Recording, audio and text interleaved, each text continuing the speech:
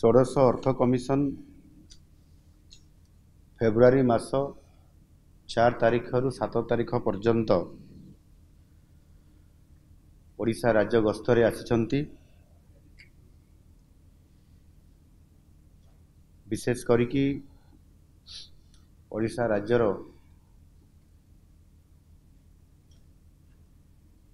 अर्थनैतिक स्थिति सहित आमर ग्रोथ एवं ता सहित डेवलपमेंट काम को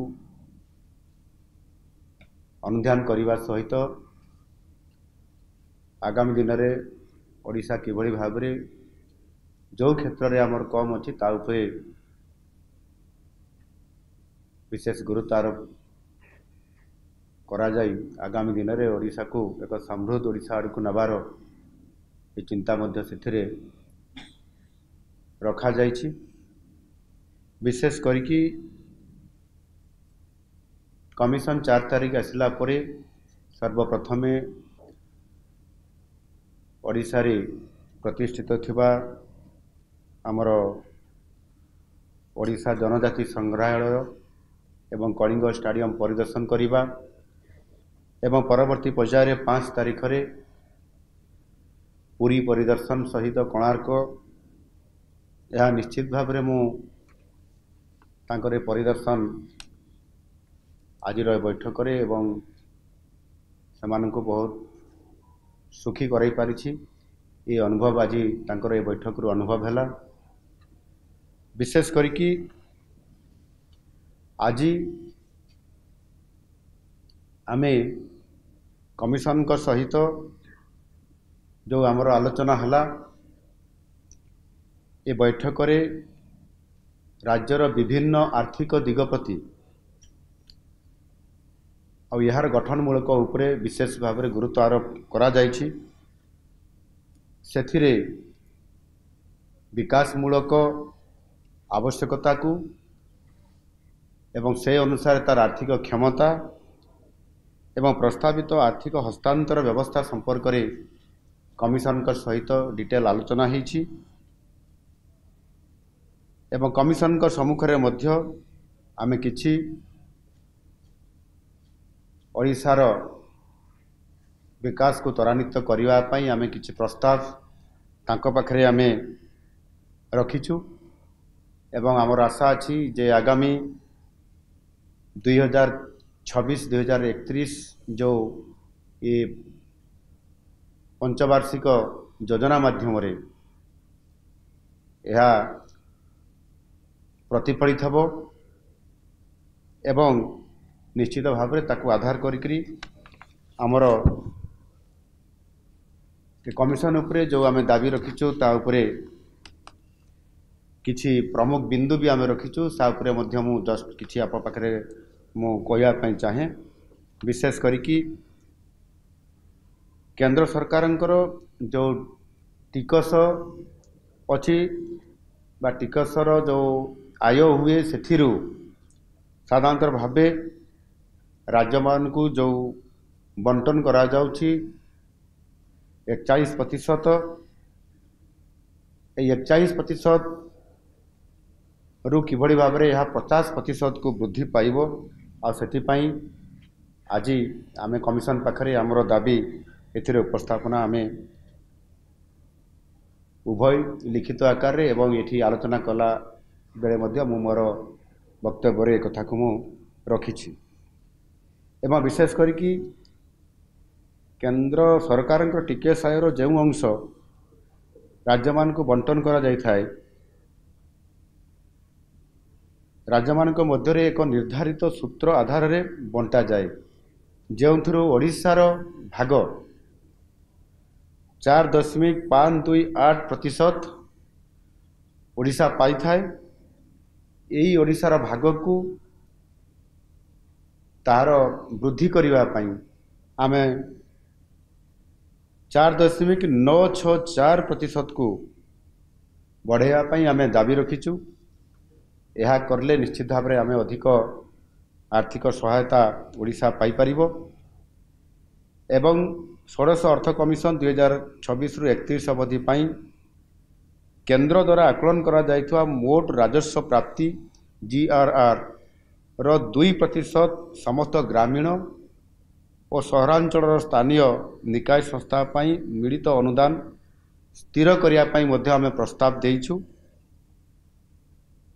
ये अर्थ आमको प्राप्त होले निश्चित भाव में विशेष करी पंचायत राज एवं जो आमर लोकल अर्बान बॉडीज अच्छी सहरांचल एथिरे आमे गोटाए स्वतंत्र भाव में अधिक अनुदान पाई पारिबु जहाँकि लक्षाधिक टंका अच्छी निश्चित भाव में बहुत बड़ गोटे विकास क्षेत्र में यह उपादेयता मिल पार एवं राज्य विपर्यय परिचालना पांठी SDRF पाई दिया जाउथवा वार्षिक अनुदान रो 75% केंद्र देई थाई एवं बाकी 25% राज्य सरकार करि थाए। जेहेतु ओडिशा गोटे प्राकृतिक विपर्यय प्रबल अंचल होइतवा कारणरू प्राय प्रति वर्ष एथिरे साइक्लोन फ्लड एवं विभिन्न प्रकार प्राकृतिक विपर्यय आसुवा कारण एथिरे केंद्र सरकार निकटरे आमे दाबी रखीचु 100% केंद्र सरकार आमको ये अनुदान जोगे देबा पाई। एहा सहित बेसिकली स्वास्थ्य क्षेत्र को अधिक रुद्धिमंत करिया पाई जल जोगाण और परिमल एवं ता सहित बार्धक्य सुरक्षा एभली किसी गुरुत्वपूर्ण प्रस्ताव को आमे रखीचु एवं कमिशन को मध्य प्रस्ताव देइचु से यारी उपरे हमको अधिक स्वतंत्रता एवं आर्थिक सहायता जोगे देबा पाई विशेष करी समारी ऑफ डिमांड्स जोटा राज्य सरकार जो आमर दाबी अच्छी एथिरे हस्तांतर पूर्वर राजस्व नियंट प्री डेवलुएशन रेवेन्यू डेफिसिट जहाँकि आमर 9,88,422 कोटी 22 लक्ष कोटी अर्थात 9,88,422 कोटी एवं राज्यर निर्दिष्ट आवश्यकता स्टेट स्पेसिफिक नीड आमर 1,10,434 कोटी स्थानीय निकाय संस्था गुड़ी को जोटा ग्रामांचल एवं सहरांचल अनुदान grants to local bodies rural and urban इथिरे 1,36,000 कोटी टंका एवं राज्य विपर्यय प्रमोशन पांठी SDRF जहाँ 31,004 कोटी टंका एवं राज्य विपर्यय परिचालना पांठी SDMF जोटा कि 29,252 कोटी टोटाल ये समस्त को मिसेले 12,59,148 कोटी टंकार आमे दाबी आसंता 2026 रु 31 मसीहा पर्यंत ये 5 वर्ष रे आमर दाबी को एथिरे आमे कमिशन पाखरे रखीचु जोटा कि हमको आगाम दिन रे आशा रखीचु जे आमर आमे अन्य आर्थिक पंचवार्षिक अपेक्षा एथर हमको अधिक अर्थ आर्थिक सहायता आम पाखक आसब एवं आमर जो बड़ लक्ष्य रही से विशेष करिकी ओडिशा रे जो संभावना राज्य हिसाब रे आज माननीय प्रधानमंत्री जी मध्य कथा रखिछंती एवं विकसित भारत गठन रे ओडिशा को ग्रोथ इंजिन हबो ये कथा को तांकर प्रस्ताव रे से कथा रखिथिबा कारणरू आमे विशेष करिकी फोकस करूछु कमिशन को पाखरे रखीचु अर्बानाइजेशन उपरे जोटा कि शहरीकरण एवं एग्रीकल्चर एंड रूरल डेवलपमेंट विशेष करिकी कृषि एवं ग्राम और उन्नयन उपरे आमे ताको फोकस करूछु एवं MSME सेक्टर को फोकस करूछु port led development hub for global capability centres and skilling for the world यार ऊपर आमे फोकस रखीचु जहाँ फरे आमर आज दिन रे जो आमर इकोनॉमिक ग्रोथ जो रेट रे आज आमर चली निश्चित भाव में आमे बहुत भल स्थित रे अच्छु आमर फिस्काल हेल्थ आज जो स्थिति रे अच्छी आमे खुशी व्यक्त अच्छु ये आज आम भारत वर्ष रे नंबर 1 अच्छु आउ यही रेट्रे एवं ताठार अधिक रेट्रे वृद्धि करी आम आग को जावाई चाहूँ आउ से आम ओडिशार जनसाधारण जो आशा आकांक्षा अच्छी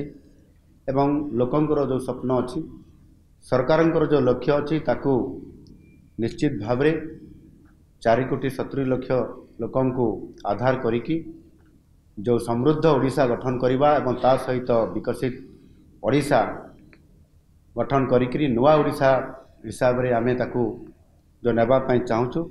निश्चित भाव आमे आगामी दिन में एक अर्थनैतिक शक्तिशाली भारत वर्षर श्रेष्ठ 5टी राज्य भितर स्थानित होगापाई आमर जो लक्ष्य रही से लक्ष्य पथरे आम आगे निश्चित भाव में जावाई जो लक्ष्य रखीचु से 16 फाइनान्स कमिशन ऑफ इंडिया ताको पाखरे आमर जो आमर आर्थिक सहायता ओडिशा को स्वतंत्र भाव में फोकस करिकी ओडिशा को सहायता देवाई जो आम प्रस्ताव रखीचु अनुरोध रखीचु मु आशा करी निश्चित भाव में एथर आम अधिक सहायता पाइपरबू एवं ओडिशा को एक समृद्ध ओडिशा गठन करने आम से प्रकार